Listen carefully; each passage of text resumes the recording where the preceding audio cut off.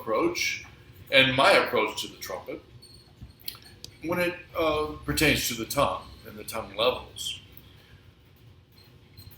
The William Costello approach that came out in the 1930s was absolutely groundbreaking for the way they described the act of resisting the air, whereby you're bringing in all of the muscles of the face into play, into developing the sound of the trumpet.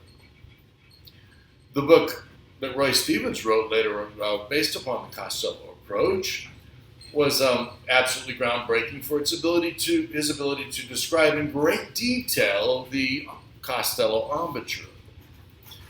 The only failing that I see with the system is that they didn't realize that there were other embouchure formations that could accomplish the act of resisting the air. According to Roy and according to Costello, the only way to do it properly was upstream. And they accomplished it with an embouchure similar to this. So that the lips were rolled in, say M. You had an aperture of about 1/4 of an inch. And the lips were draped around the teeth, corners down, rolled in lips, and the angle of air approaching upstream. This was the Costello set.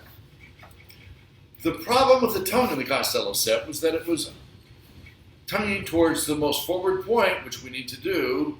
In a receded jaw player, it's going to be on the top teeth. And the lower forward jaw player, you're going to be on the bottom.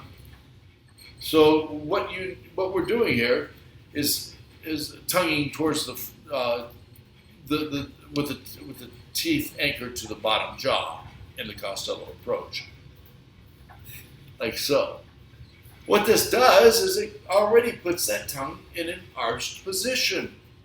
So subsequently, Roy Stevens would say over and over again, do not play with the E position in play, because it's going to give you a sound closer like nee, because your tongue is high up in the embouchure, up in the near the palate of the mouth.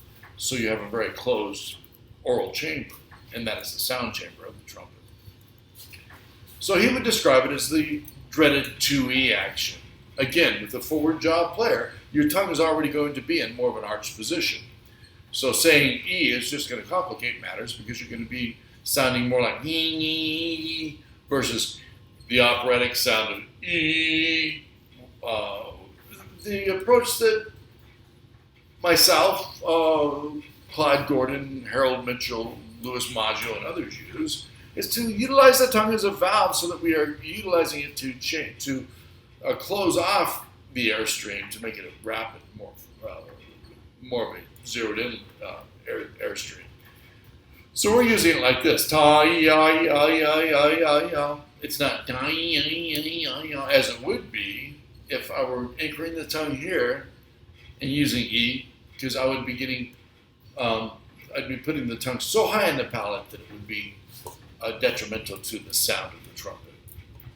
Try this. Try putting your horn to your mouth and try the different enunciations. Try ah.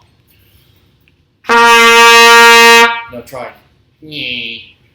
You hear the distortion in the sound. And the only difference is the actual palate. So they were correct in a lot of ways, but they were also describing one exact embouchure set. My embouchure is more of a Maggio approach in that I've got all this muscle in front. If you look at players like Bill Chase, he was a downstream player. He had that going on. Modern day players, Lynn Nicholson, downstream player. Steve Reed, downstream player. How do they accomplish aligning the aperture in such a way that you can resist the air properly with a downstream player? By putting more meat in front into the aperture. For example, if you were to utilize the Costello set and you were receded, you're going to be all out of alignment. There's no way you can play that way. You can if it's upstream, but here, it's all out of alignment. But if you do this, you're playing downstream, you still have the alignment of the lips. And you still have the ability to resist the air because the lips are now exposed to the air, just as they are in the Costello embouchure. The lips are exposed to the air, the muscles of the face are exposed to the air. You have a larger vibrating surface. You have the ability to use the tongue as a valve, and you have that much more flexibility in shaping your sound.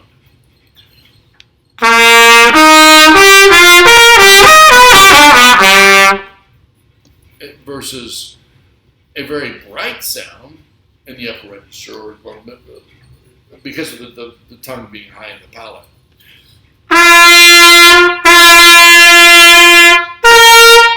Versus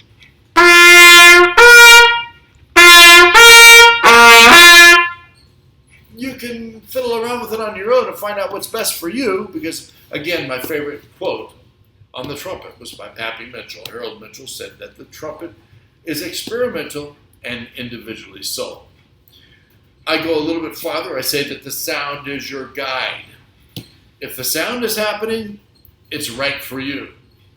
You can get into all these different theories and all these different thoughts on which way is the best way to approach the instrument, but at the end of the day, let's take it down to its most simplest terms and realize that the sound is the boss. The sound is your guide.